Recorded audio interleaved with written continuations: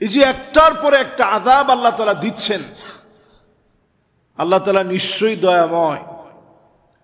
এজন্য আযাব আল্লাহ তাআলা দিয়ে থাকেন, আবার আল্লাহ তাআলা আযাব উঠায় নেন। শুধুমাত্র আল্লাহ রাব্বুল আলামিন দেখতে চান এর মধ্যে কারা তওবা করে আল্লাহর দিকে ফিরে আসে। আওয়ালা ইয়ারাউনা আন্নাহুম ইফতানুনা ফি কুল্লি আমিন মাররাতান আও মাররাতাইন। আল্লাহ পাক বলেন, প্রত্যেকটা বছরে আমি আল্লাহ রাব্বুল আলামিন একবার অথবা দুইবার আমি আল্লাহ তাআলা তোমাদেরকে শাস্তি দিই। সুম্মা লা ইয়াতুবুনা ওয়ালা হুম ইয়াযাক্কারুন।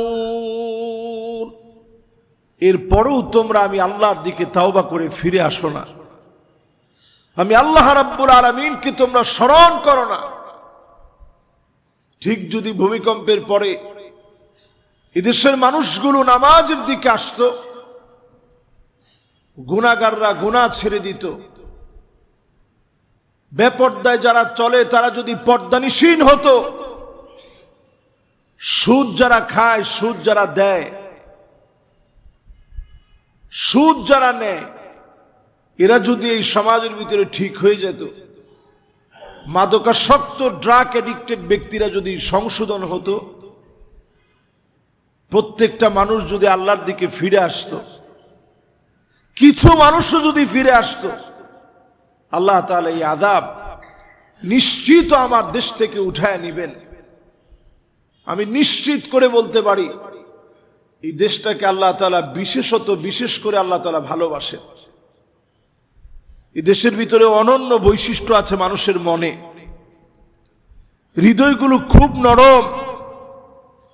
আল্লাহর জন্য কথা বললেই হৃদয়গুলো কেঁদে ওঠে, চোখগুলো অশ্রুসিক্ত হয়ে যায়। আইনানে লা তামাসসুহুমান নার, দুইটা চোখকে জাহান্নামের আগুন স্পর্শ করে না। আইনুন বাকাত মিন খাশিয়াতিল্লাহ, যেই চোখ আল্লাহর জন্য কাঁদবে ওই চোখকে জাহান্নামের আগুন স্পর্শ করে না। এই দেশের মানুষের মনটা বড় নরম। আমার এই স্বল্প বয়সে যতগুলো দেশ আমার দেখার সুযোগ হয়েছে, এয়ারপোর্টে কোনো কান্নাকাটি আমার নজরে পড়েনি। হাসি মুখেই বিদায় হয়, আগমনের পরে অভ্যর্থনা জানানো হয়। কিন্তু আমার দেশের মানুষের মনটা এত নরম, এয়ারপোর্টে গেলে দেখবেন বিদায়ের সময়ও কাঁদতেছে, আসলেও কাঁদতেছে। একটা আনন্দের কান্না, একটা বিদায়ের কান্না, একটা আনন্দের কান্না, একটা কষ্টের কান্না। এদেশের মানুষের মন বড় নরম। এই নরম হৃদয়ের মানুষরা আল্লাহ রাব্বুল আলামিন বড় ভালোবাসেন। আল্লাহ রাব্বুল আলামিন বলেন, ওয়াত্তাকু ফিতনাতাল লা তুসিবান্নাল্লাযীনা যালামু لا تصيبن الذين ظلموا منكم خاصة واعلموا أن الله شديد العقاب। ওহে আমার গোলামেরা, আমারে ভয় করো। আযাব যখন দিব সবাইরে পাকড়াও করব। আল্লাহ পাক ভয় পেতে বললেন, আযাব দিলে সবাইকে মালিক পাকড়াও করবে। আযাব দিলে আল্লাহ কাউরে ছেড়ে দিবে না। আমি খতিব বলে আমার আল্লাহ মাফ করে দিবে না, আপনি মুসল্লি বলে আপনি মাফ পেয়ে যাবেন না। আযাব যখন আল্লাহ দিবেন সবাইরে পাকড়াও করবেন। ওয়ালামু, আর জেনে রাখো, আন্নাল্লাহ শাদীদুল ইকাব, শাস্তি দেওয়ার ক্ষেত্রে আল্লাহ বড় কঠোর, বড় কঠিন। আযাব যখন চলে আসবে, মালিক সেদিন পাকড়াও করে ফেলবে, সবাই আল্লাহ সেদিন পাকড়াও করবে। আল্লাহর পাকড়াওটা বড় ভয়াবহ হবে, আল্লাহর পাকড়াও বড় ভয়ঙ্কর হবে। আজ সারা দুনিয়ার ভিতরে কেমন যেন মনে হচ্ছে, হাত্তা ইয়াকসুরা জালাজিল, একটার পর একটা ভূমিকম্প হবে। নবীজি বলে গেলেন, সিঁড়ি যেই ভূমিকম্প সারা দুনিয়ায় শুরু হয়ে গেছে, এখন আল্লাহর দিকে ফিরে আসার সময়, আল্লাহর দিকে মাফ চাওয়ার সময়। যদি মাফ চাওয়ার মতো চাইতে পারেন, যিনি আযাব গজব উঠায় নিবেন তিনি কে? শুধুমাত্র বাঁচার জন্য আল্লাহর দিকে ফিরতে হবে। আলী রাদিয়াল্লাহু তাআলা আনহুর অনন্য নসিহা। আলী রাদিয়াল্লাহু তাআলা আনহুর কাছে কেউ নসিহত শুনতে চাইতেন, আমাদেরকে যেমন আপনারা ওয়াজ মাহফিলে দাওয়াত করে নিয়ে যান, আলী রাদিয়াল্লাহু তাআলা আনহুর কাছে বয়ান শুনতে চাইলে, আমাদের তো জ্ঞান কম, এজন্য আমরা বয়ান করি লম্বা। আলী রাদিয়াল্লাহু তাআলা আনহুর জ্ঞান বেশি ছিলেন। উনি জ্ঞানী থাকার কারণে ওনার নসিহত হতো ছোট, নসিহত করতেন অর্থ অনেক বেশি। তো ওনার এরকম নসিহত করতে বলা হলো যে আজকে আমাদেরকে নসিহা করেন। উনি বললেন, বেশি নসিহত আজকে করব না, দুইটা নসিহত করব। লা ইয়াখাফান্নাল আবদু ইল্লা যামবাহ। এক নাম্বার নসিহত করলেন, তুমি তোমার নিজের গুনাহগুলোকে ভয় করো। চিন্তা করেন, বাংলাদেশে যত আযাব আর গজব এখন আসছে, আপনি নিজে ভয় করেন যে আল্লাহ আমি অনেক বড় গুনাহগার, আমি অনেক বড় পাপী, আল্লাহ আমার পাপের কারণে এই আযাব আল্লাহ আপনি দিয়েছেন। কিন্তু আমরা এই পর্যন্ত না গিয়ে সবাই ফেসবুক পর্যন্ত থাকি। আলোচনা শোনার পরে জুমার মসজিদে আমরা আলোচনা রেখে চলে যাই।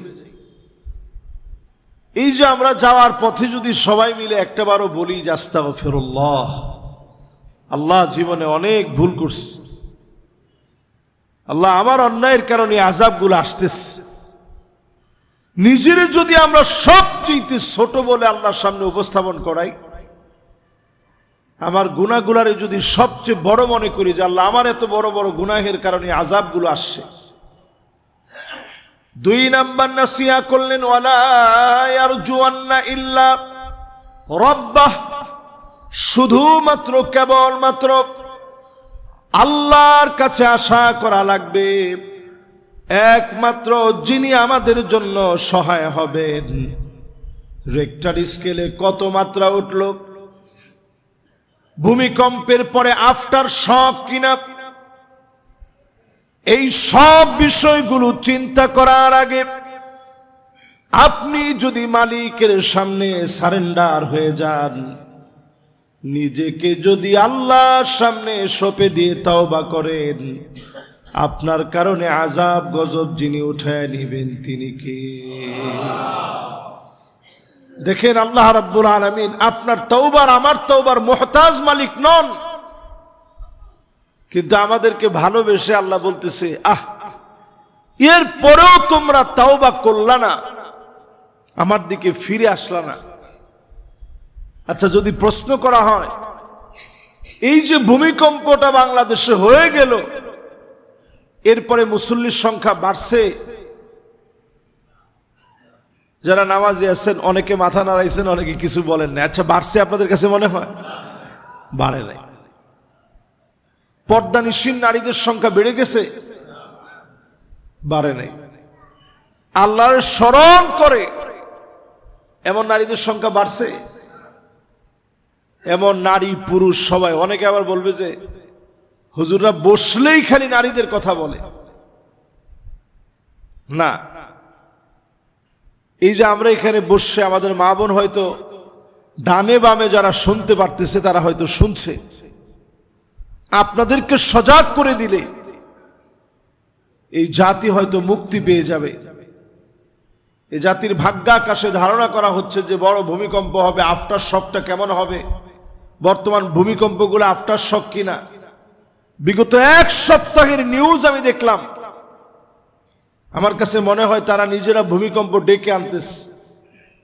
একটা লোকের মুখে আল্লাহর কোনো নাম নাই, উনারা মহাপণ্ডিত, সবাই বলতেছে এই তো একটা শক।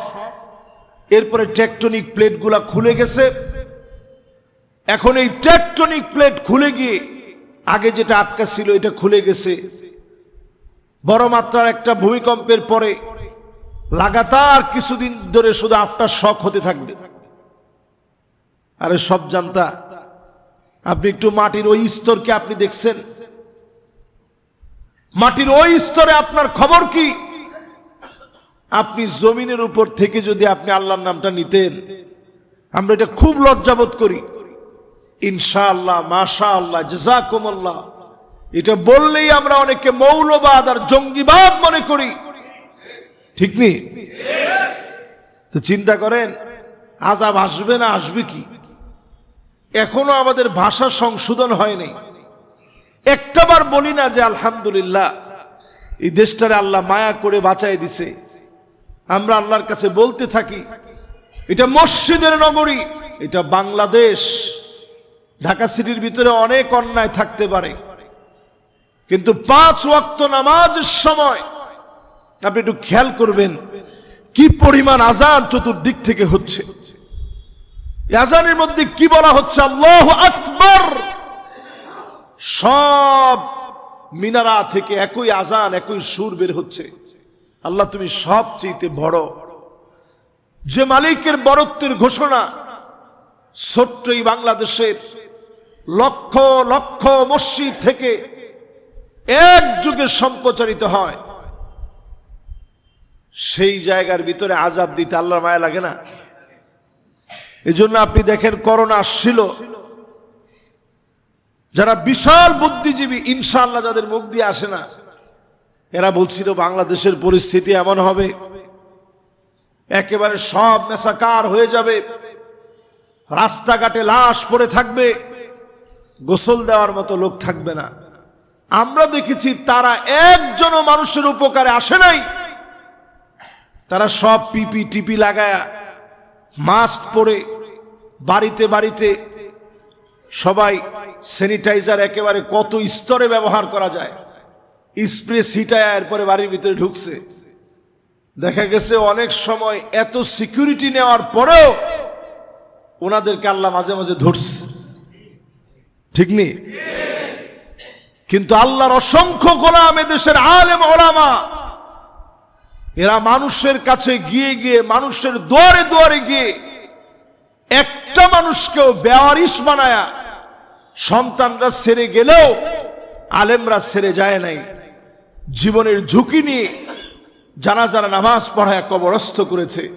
আল্লাহর বড় মায়া লেগে গেছে, এই দেশ থেকে আল্লাহ আযাবটা উঠায় নিয়েছে। জোরে কোন আল্লাহু আকবার। প্রিয় ভাইরা, এই দেশটা আল্লাহর কাছে বড় প্রিয় দেশ। আমার এই মৃত্তিকা, আমার এই মাটি আল্লাহর কাছে বড় প্রিয় মাটি। এদেশের পরতে পরতে আলেম ওলামাদের বহু খেদমত আছে। এই জন্য আল্লাহ তাআলা এই দেশটারে শেষ করে দিবেন না। নবীজির উপরে আল্লাহ তাআলা আয়াত নাজিল করলেন, কুল হুয়াল কাদিরু আলা আন ইয়াবআসা আলাইকুম আযাবাম মিন ফাওকিকুম। ও নবী, আযাব আসবে উপরের দিক থেকে। আপনার উম্মত উল্টাপাল্টা করলে উপরের দিক থেকে আযাব আসবে। নবীজি কান্না শুরু করলেন, আল্লাহ, উপরের দিক থেকে আযাব দিলে তো আমার উম্মত শেষ হয়ে যাবে। যেই উম্মতরে জিন্দিগিতে কোনোদিন দেখলাম না, এই উম্মতরে আল্লাহ আপনি শেষ করে দিয়েন না। নবীজির কি পরিমাণ মায়া ছিল আমাদের জন্য। জিন্দিগিতে নবীরে কদ্দুর ভালোবাসলাম, কিন্তু কি পরিমাণ ভালোবাসা পেয়ারা হাবিব আমাদেরকে দিয়ে গেছেন। আল্লাহর কাছে বলতেছেন, আল্লাহ, আমার উম্মতরে আল্লাহ অন্যান্য কওমের মতো আযাব দিয়ে শেষ করে দিয়েন না। এই দোয়া তো আমেরিকার লোকদের জন্য নবীজি করছেন নাকি? সবার জন্য, ওয়ার্ল্ডের সমস্ত মানুষের জন্য নবীজি দোয়া করে গেলেন। এই জন্য দেখেন কত মানুষ কোরআনের উপরে পর্যন্ত পা দিয়ে ফেলে, আল্লাহ তাআলা তৎক্ষণাৎ তারে ধরে না, কারণ নবী আল্লাহর কাছে কেঁদে কেঁদে দোয়া করছে, আল্লাহ আখিরি জামানা, শেষ জামানায় আমার যে উম্মত আসবে, আগত সেই মানুষগুলারে আল্লাহ আপনি আযাব দিয়ে শেষ করে দিয়েন না। আল্লাহ পাক দ্বিতীয় অপশন দিলেন, আও মিন তাহতি আরজুলিকুম, ও নবী আযাব আসবে নিচ থেকে। তো উপরের আযাব যদি আপনি উম্মতের জন্য মাফ চান, তাহলে আযাব আসবে নিচ দিক থেকে। এটা বলার পরেও নবীজি আবার কাঁদতেছেন যে আল্লাহ, নিজ দিক দিয়ে যদি আযাব আসে তাহলে সেটা হবে ভূমিকম্প, নিজ দিকের আযাব হচ্ছে ভূমিধস, নিজ দিকের আযাব হচ্ছে ঘূর্ণিঝড়, নিজ দিকের আযাব হচ্ছে টর্নেডো, নিজ দিকের আযাব হচ্ছে আগ্নেয়গিরি ফেটে পড়ে তার লাভা চতুর্দিকে ছড়ায় পড়া, আরো কত রকম আযাব আছে। আল্লাহ, এই নিজ দিকের আযাবটাও আল্লাহ আপনি আমার উম্মতরে দিয়েন না। তো নবীরা দোয়া করলে আল্লাহ তাআলা তৎক্ষণাৎ দোয়া কবুল করেন। নবীজি নিজের জন্য কিছু বলে নাই যে আল্লাহ আমি কেন ক্ষুধা পেটে আছি, আল্লাহ আমারে খাবার দেন, বলে নাই কোনোদিন। ভালো খাবার খেতে চাওয়া এটা মানুষের একটা স্বভাবপ্রসূত বিষয়। আমরা সবাই ভালো খাবার খেতে চাই, কিন্তু পেয়ারা হাবিব আমার একবারও বলে নাই যে আল্লাহ তুমি আমারে ভালো ভালো খাবার খাওয়াও। একটা বারও আল্লাহর কাছে বলে নাই যে আল্লাহ 3 বেলা ভালো ভালো খাবার দেন, একবারও বলে নাই। আল্লাহর কাছে বলছে আল্লাহ আমার উম্মতের শাস্তি দিয়েন না।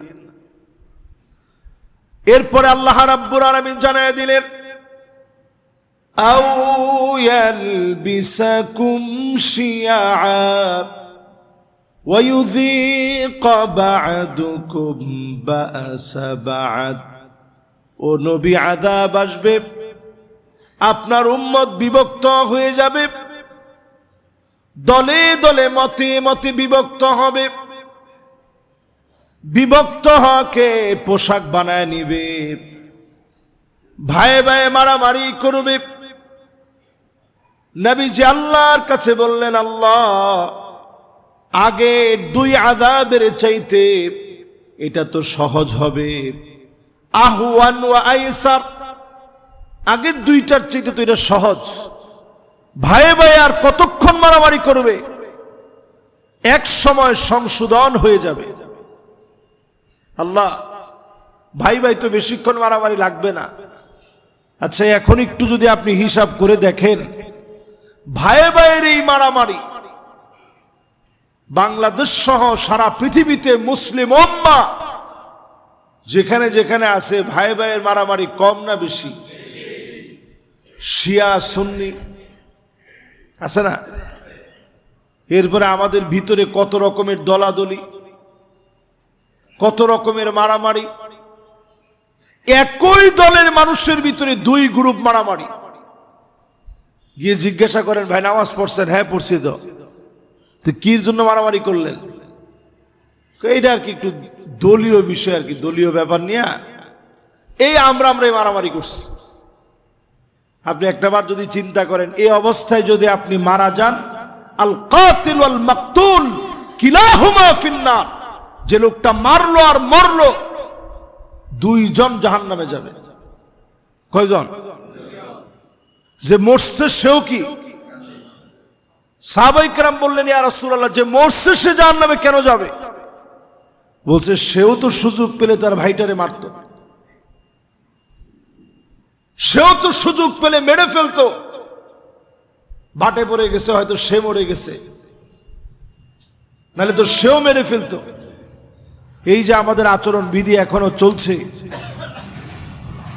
সময়টা এখন এমন, চতুর্দিকে আমরা যার যার মতো ব্যস্ত আছি। আল্লাহরে স্মরণ করার সময়টুকুন পাই না। আল্লাহকে মন থেকে স্মরণ করেন, বিপদ দেখলে আল্লাহকে বেশি স্মরণ করেন, বেশি বেশি কান্নাকাটি করেন, রুনাজারির পরিমাণ বাড়িয়ে দেন।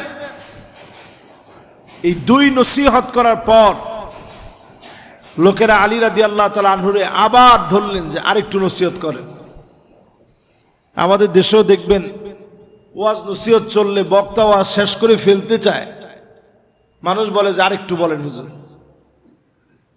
তো আলী রাদিয়াল্লাহু তাআলা আনহুকে যখন বলা হলো যে আরেকটু বলেন, তো উনি বললেন যে ঠিক আছে, তাইলে আরেক 4টা বিষয় তোমাদেরকে বলি। ওয়ামান নারাদা সাহিবাহু ফাল্লাহু ইয়াকফি, যদি জীবনে কাউরে আপনি বন্ধু বানাতে চান, আল্লাহ পাককে আপনি বন্ধু বানায় নেন। সুবহানাল্লাহ। এই যে আমরা একটা সেজদা দিলাম, এখানে ঢুইকা যারা তাহিয়াতুল মসজিদ 2 রাকাত নামাজ যারা মসজিদের কাছ থেকে অনুমতি নিয়ে পড়ছেন, আল্লাহু আকবার, এই যে সেজদাগুলো দিলেন আল্লাহ পাকের কুদরতি কদম বরাবর আপনি সেজদাটা দিলেন, এই যে মাথাটা নোয়ালেন, আল্লাহর সামনে আপনি নত হলেন, আল্লাহ পাক তখন বলতে থাকে আকরাবু মা ইয়াকুনুল আবদু মির রাব্বিহি ওয়া হুয়া সাজিদ ফাআকসিরুদ দুআ। এই সেজদা যখন তুমি অবনত হও, তুমি আমার সবচেয়ে কাছে থাকো, যা মনে চায় বলো, আমি আল্লাহ তোমার বলাটা শুনবো। জোরে কোন আল্লাহু আকবার। প্রিয় ভাইরা আমার, যদি জিন্দেগিতে কাউরে বন্ধু বানাতে হয়, আল্লাহরে বন্ধু বানান। ওয়ামান আরাদা মুনিসান ফাল কুরআনু ইয়াকফিহ, জীবনে যদি নিঃসঙ্গ নিজেরে মনে করেন, আপনার স্ত্রী মারা গিয়েছে, বিবাহ শাদী আর করেন নাই, সন্তানাদি বিয়ে শাদী করে ফেলছে, তাদের সন্তানাদি আছে, আপনার তেমন খোঁজ খবর কেউ রাখে না, এই নিঃসঙ্গ মানুষগুলো কোরআন পড়েন। হতাশা চতুর্দিক থেকে আপনাকে ধরে ফেলেছে, চাকরি বাকরি নাই, আপনি কোরআন পড়েন, পড়তে পারেন না অন্তত তাকায় তাকায় দেখেন, অর্থগুলা বোঝার চেষ্টা করেন, প্রতিদিন একটা আয়াত করে হলেও পড়েন। একটা আয়াত আপনার জীবন পরিবর্তন করে দিতে পারে যদি আপনি একটু পড়ার চেষ্টা করেন। নবীজির সামনে দিয়ে একজন সাহাবী হেঁটে যাচ্ছেন, তখনও তিনি সাহাবী হন নাই, কালেমা পড়েন নাই, মুসলমানই হন নাই। তো উনি যখন পাশ দিয়ে যাচ্ছিলেন, নবীজি ওই মুহূর্তে একটা আয়াত রিপিট করতেছিলেন। আয়াতের অর্থ নবীজিকে এত প্রাণবন্ত করে তুলেছে, নবীজি বারবার পড়তেছিলেন, আম খুলিকু মিন গায়রি শাইইন আম হুমুল খালিকুন। বারবার নবীজি রিপিট করতেছেন। রিপিট করার সময় উনি পাশ দিয়ে যাচ্ছেন, অন্ধ মানুষ, তখন তিনি থমকে দাঁড়ায় গেলেন, যাহ, আল্লাহ তো আমারে 2টা চোখ দেয় নাই, এই চোখটার মালিক তো আমার আল্লাহ। আসলে তো আমি আমার নিজের কিচ্ছু তৈরি করতে পারি নাই, যদি পারতাম তো আমি আমার চোখটা লাগাইতাম। এই নখ তো আমি বানাই নাই, জিহ্বা তো আমি বানাই নাই, নাক তো আমি বানাই নাই, সব তো আমার মালিক দিস। এই জিহ্বা তো আমি তৈরি করি নাই, এই জিহ্বা আমার মালিক আমারে দিয়েছে। যখন ওনার ভিতরে এই উপলব্ধি হলো, তিনি বারবার বললেন, নবী আরেকবার পড়েন তো, এটা একটু শুনি। নবীজি আবার রিপিট করলেন। তিনি বলতেছিলেন যে কাদা কলবি ইয়াতিরু লিল ইসলাম, আমার কাছে মনে হচ্ছিল ইসলাম নামক বিশাল আকাশের ভিতরে আমি যেন ছোট্ট একটা পাখি হয়ে গেলাম, ডানা মেলে আমি উড়ে বেড়াচ্ছি। আমার কাছে এমন মনে হলো, নবীজির কাছে হাত দিয়ে বললাম, নবী এখনই কালেমা পড়ায় মুসলমান বানায় দেন। সুবহানাল্লাহ। কোরআনের একটা আয়াত আপনার জীবন পরিবর্তন করে দিতে পারে, শুধু একটু মন নিয়ে পড়তে হবে। তাহলে 2 নাম্বার নসিহত হচ্ছে কোরআনকে নিঃসঙ্গ সময়ের সঙ্গী বানান। 3 নাম্বার নসিহত, ওয়ামান আরাদা গিনান ফাল কিনাআতু তাকফি। যেই লোকটা ধনী হতে চায়, আল্লাহু আকবার, এটা চায় না এখন বর্তমান সময়ে, আমি হুজুর সহ, এটা চায় না এমন কোন মানুষ নেই। বলেন আমরা চাই কিনা? চাইটা আপনারা যত আস্তেই বলছেন, মনে মনে সবার চিন্তা যে আমি যদি আরেকটু ধনী হইতে পারতাম, আরেকটু। আল্লাহ দিছেন তো অনেক, আল্লাহ আর একটুখানি, এটি শেষ। হায় রে মানুষ, আমরা নিজেদের কথা নিজেরা আগে বলি। এটা আমাদের সবার মনে হয় না? বলেন, সবার মনে হয় যে আল্লাহ আর একটু যদি দিতেন, দিছেন তো অনেক, আর একটু। আল্লাহর নবীর এই যে প্রিয় সাহাবীদের অত্যন্ত প্রিয়, যারা নবীজি অনেক জ্ঞানী হিসাবে আদর করতেন, ভাই তো আছেই, এরপরে নবীজি মেয়ের জামাতা বানাইলেন। দেখেন কত দামি নসিহত। যেই লোকটা ধনী হতে চায় সে যেন অল্পে তুষ্ট হয়ে যায়। অল্পে তুষ্ট হলে আপনি ধনী। জোরে কোন আল্লাহু আকবার। ধন সম্পদের কোনো শেষ নাই, এই জন্য অল্পে তুষ্ট হওয়া লাগে। এরপরে 4 নাম্বার নসিহত তিনি করলেন, ওয়ামান আরাদাল ওয়া'iদ মান আরাদাল ওয়া'দা ফাল মাউতু ইয়াকফি। কেউ যদি জীবন পরিবর্তন করতে চায়, এই জীবনটাকে সাজানোর জন্য তেমন কোনো কিছুর আর প্রয়োজন নাই। শুধু যদি এতটুকুন বুঝে নেয়, ওয়ামান আরাদাল ওয়া'দা ফাল মাউতু ইয়াকফি, একদিন আমার জীবন ফুরায় যাবে, মরণ থেকে পালাও তুমি, মরণ তোমায় লইবে ঘিরি। যদিও সুদূর আকাশ পানে লুকাও হেথায় লাগি সিঁড়ি। এ মহারোগের ঔষধ নাই, চিকিৎসা নাই ধরাতে, কাঁদিয়া কাতর হইলে কি হবে, পারিবে না তারে ফিরাতে। শুধু একদূর চিন্তা যদি আপনার ভিতরে গালেব হয়ে যায় যে আমার একদিন মরে যেতে হবে, আল্লাহর সামনে দাঁড়াইতে হবে, আমারে কবর আমার ঠিকানা হবে। হযরত আলী রাদিয়াল্লাহু তাআলা আনহু কবরের মাটি ধরে কাঁদতেন আর বলতেন, আহ মাকানুকা তাহতা তুরাব। আলী, একদিন তোমার জায়গা হবে এই কবরের মাটির নিচে। কবরের উপরের মানুষ তোমারে যা যা করে, মাটির নিচটা না জানি কেমন হয়। হযরত আলী কবরের মাটি ধরে কাঁদতেন। হযরত ওসমান রাদিয়াল্লাহু তাআলা আনহু কবর দেখলেই চোখ দিয়া পানি পড়তো, যাহারে এই কবর আমার ঠিকানা হবে। এই যে আমাদের নিচে কবরস্থান আছে, ঘুমায় আছে আমাদের চাইতে দাপটওয়ালা সব ব্যক্তিরা, যারা এই মসজিদের জায়গা দিচ্ছেন, জমি দিচ্ছেন, মসজিদের জন্য কত অবদান রাখছেন, ঘুমায় আছে তারা সবাই।